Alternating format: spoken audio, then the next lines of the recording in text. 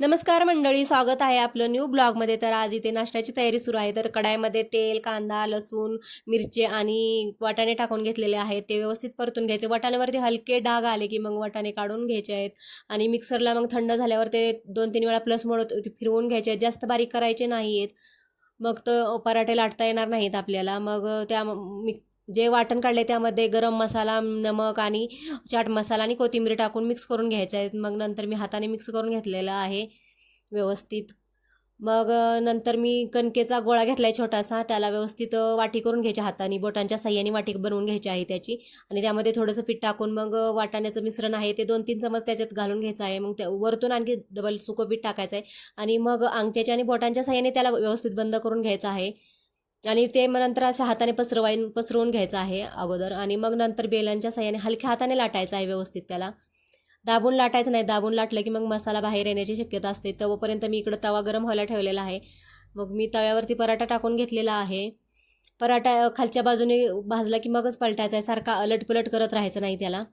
मग एका साईड शेकली की मग दुसऱ्या साईडने तेल लावून घ्यायचं आहे व्यवस्थित. दोन्ही बाजूने मी तेल लावून घेतले. मग ते उलटण्याच्या साह्याने दाबून दाबून व्यवस्थित प्रेस करून भाजून घ्यायचं आहे त्याला. असं दाबून भाजलं की मग व्यवस्थित खरपूस भाजला जातो पराठा. त्याच पद्धतीने मी दुसराही पराठा बनवून घेणार आहे. हे पहा, पराठा कुठेही दाबायचं नाही, पण पराठ्यामध्ये कसं ते वाटाण्याचं वाटण वाटलेलं असं थोडा तरी कण असतोच त्याच्यात. मग त्या कणामुळे ते पराठा फुगला जात नाही. सॉफ्ट असता तर मग फुगला गेला असता, पण तो सॉफ्ट असतो आणि मसाले आपण जास्त भरलेला आहे त्यामुळे पराठा फुगला जात नाही व्यवस्थित. काय हरकत नाही, व्यवस्थित भाजून घ्यायचा आहे आपल्याला. या लाकडी चमच्याने व्यवस्थित दाबून प्रेस करून घ्यायचा आहे. प्रेस करून घेतला की मग असे डाग येईपर्यंत भाजायचा, म्हणजे पराठा खरपूस छान लागतो खायला. चला, इथे पराठे करून झालेले आहेत माझे. खोलून दाखवते बघा कसं आतमध्ये पर्यंत गेला. गरम असल्यामुळे तो तुटला पण होता. हे बघा, बाहेर कपडे वाळत टाकले होते त्याच्यामध्ये कसा बर्फ बनला आहे. एकदम कडक झालेत कपडे, एकदम लाकडासारखे झालेत कपडे, हालत सुद्धा नाहीत, एकदम स्ट्रेट झालेत बघा, इतका कडक झाला.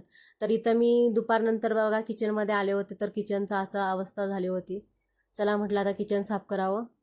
जेवण झाल्यानंतर मग मी पहिलं ना भांडे घासायला घेतले. तर माझ्याकडे एवढे भांडे नाही आहेत, जेवढे लागतात तेवढेच, जेवढे कॅरी करू शकतो, जेवढे आवश्यक आहेत तेवढेच भांडे आहेत माझ्याजवळ. जास्त मोठे नाही आहेत, जेवढे मतलब कामाचे असतात तेवढेच भांडे आहेत सोबत.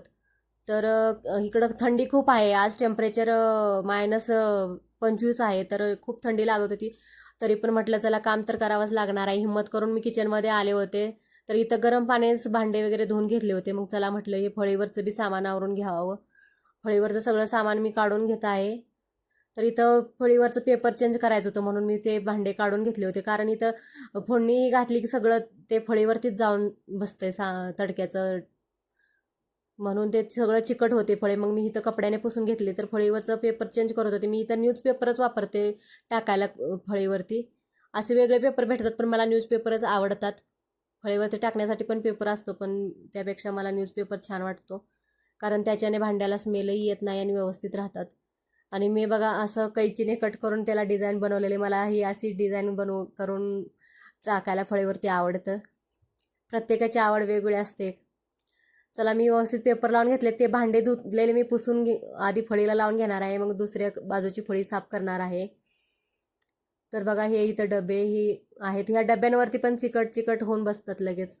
एका आठवड्यातच त्यांच्यावर चिकटपणा तयार होतो. तेलाचे थर असं बसल्यासारखं होतं. कारण इथं एक्झिट फॅन वगैरे छोटीशीच खिडकी आहे, असं चिमणी वगैरे काही नाही. त्यामुळे सगळं जेवढं बी फोडणी देईल आपण, जे बी स्वयंपाकाचं बनवाल ते सगळं भांड्यावरती जाऊन बसतं.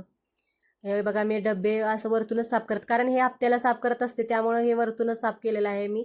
आणि इथं मिक्सरही साफ करायला घेतलेला आहे मी. बाकी काही सोल्युशन वगैरे वापरलं नाही हे साफ करण्यासाठी. तर जे भांड्याचा साबण आहे तोच वापरलेला आहे, त्याने पण व्यवस्थित निघतंय. कारण माझ्याकडे असे वेगळे अशी भांडी नाहीत की पितळाची, तांब्याची, त्यांना व्यवस्थित वेगळं सोल्युशन करावं लागतं आपल्याला. जसं की लिंबू, सोडा, पितांबरी असं वापरावं लागतं. पण हे भांड्याच्या साबणाने निघून जातं. इथं इंडक्शनही मी साफ करून घेत आहे.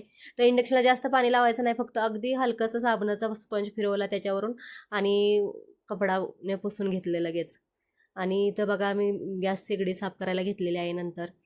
तर इथं पहिल्यांदा भांडे घासून घेतले. साबणच वापरला आहे, भांड्याचा जो विंबर असतो तोच वापरलेला आहे मी. इथं वरती स्टाईल ही पुसून घेतलेली आहे व्यवस्थित. तिच्या खालचं हे व्यवस्थित पुसून घेतलेलं आहे. किचन छोटंच आहे पण स्वच्छ आणि नीटनीटकं ठेवायला आवडतं मला. सणासुदीचं वाट बघायची नाही काही येण्याची. साफसफाई करून घेत असते मी हप्त्याला. किचन साफसफाई तर आपल्याला मन बी फ्रेश होतं, स्वयंपाक करायला छान वाटतं. साफसफाई असल्यावर चला इथली फरशी पुसून घेतली. तर बघा शेवटी मी असं आवरून घेतलेलं आहे. पेपर टाकल्यावर बघा कसं छान वाटतंय. छान वाटतंय ना? तर मंडळी कसं वाटलं माझं हे छोटंसं किचन तुम्हाला नक्की कमेंट करून सांगा. जास्त भांडे नाहीत बघा, हे असे अडकवलेत मी खिळे मारून. मला हे असं आवडतं, छान छान वाटतं मला हे बघायला.